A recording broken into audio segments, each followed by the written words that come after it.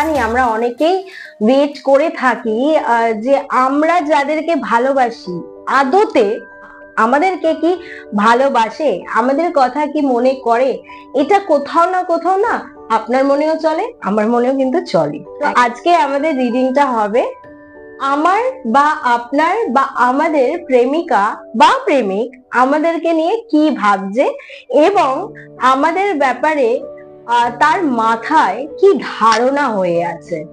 হতে পারে no contact সিচুয়েশনে আপনারা থাকতে পারেন, এরকমও হতে পারে যে কথাবার্তা হচ্ছে কিন্তু খুব ক্লিয়ারলি কথাবার্তা হচ্ছে না, on end of, long distance, বিভিন্ন ধরনের সার্কামস্ট্যান্স হতে পারে, বা এটাও হতে পারে বহু বছর হয়ে গেছে আপনাদের মধ্যে কোনো যোগাযোগও নেই। তো একবার চলুন চেষ্টা করি এটা বোঝবার সে আপনাকে নিয়ে কি ভাবছে, বা এটাও বলতে পারে সে আপনার থেকে কি চাইছে, মানে কি এক্সপেকটেশন রাখছে।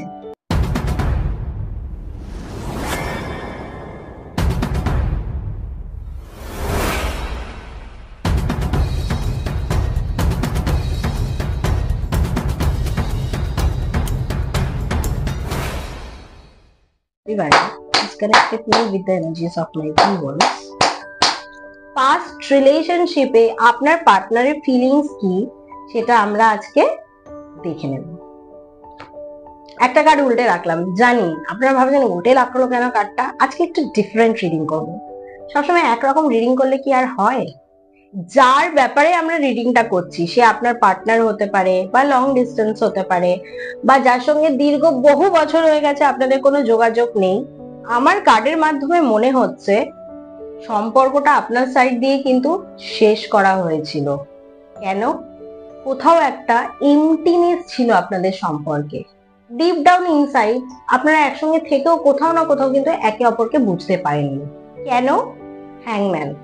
এই কার্ডটা আমাদেরকে বলছে সে আপনাকে এখনো কিন্তু ভোলেনি।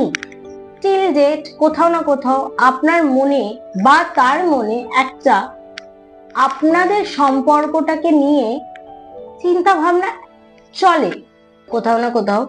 এই যে সম্পর্কটা ছেড়ে আমি বেরিয়েছি, তারপরে যে সম্পর্কটা এসে গেছে, সে ম্যারিড হতে পারে, আনম্যারিড হতে পারে, সেপারেটেড হতে পারে, আদৌ কি সেই সম্পর্কতেও সে খুশি? সে কিন্তু খুশি নয়। দ্বিতীয় কার্ড কেন বললাম? হতে পারে আপনারাই কল অফ করেছেন, তার কারণ কুইন অফ কাপস।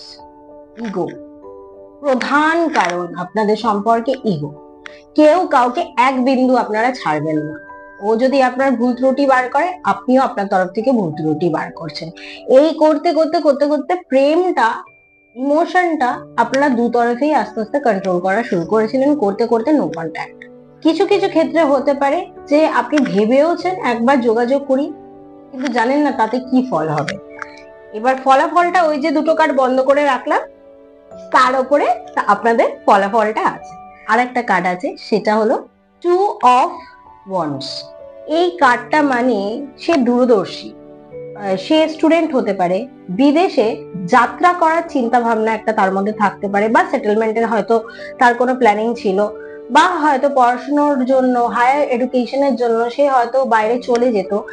এত কিছু ভেবে তার কোথাও একটা মনে হয়েছে যে এই সম্পর্কটার কিন্তু কোথাও না কোথাও ইতি আছে। এইটা হলো আমার জেনারেল রিডিং। এইবার দুটো কার্ড আছে যার ফলে আমরা দেখব কি গাইডেন্স, এর ক্ষেত্রে কি গাইডেন্স আছে। আপনাদের কি যোগাযোগ করা উচিত নাকি উচিত নয়? উচিত নয়। Page of cups. আপনি অ্যাপ্রোচ করলেও হয়তো সে অন্য কারোর সঙ্গে ইনভলভড হয়েছে, বা হয়তো উনি ওনার লাইফ নিয়ে প্রচন্ড এগিয়ে গেছেন, যার ফলে ওনার পক্ষে ফেরাটা খুব টাফ। এবং নাইট অফ পেন্টিকলস, এইটা মানে নিজের কাজ কর্ম নিয়ে এতটা ব্যস্ত, এতটাই ইনভলভড যে তার কাছে এই সম্পর্কটাকে নতুন ভাবে এস্টাবলিশ করা সম্ভব হচ্ছে না। তো সুতরাং আমি এটা বুঝতে পারলাম যে আপনার কিন্তু তার সঙ্গে যোগাযোগ করাটা উচিত হবে না। কিন্তু যে ফাঁকটা আমাদের থেকে গেল সেটা হলো, সে কি আপনার সঙ্গে যোগাযোগ করবে? একদমই। এটা জানতে হলে কি করতে হবে? আমার সঙ্গে যোগাযোগ করতে হবে এই মানুষগুলোর মতো।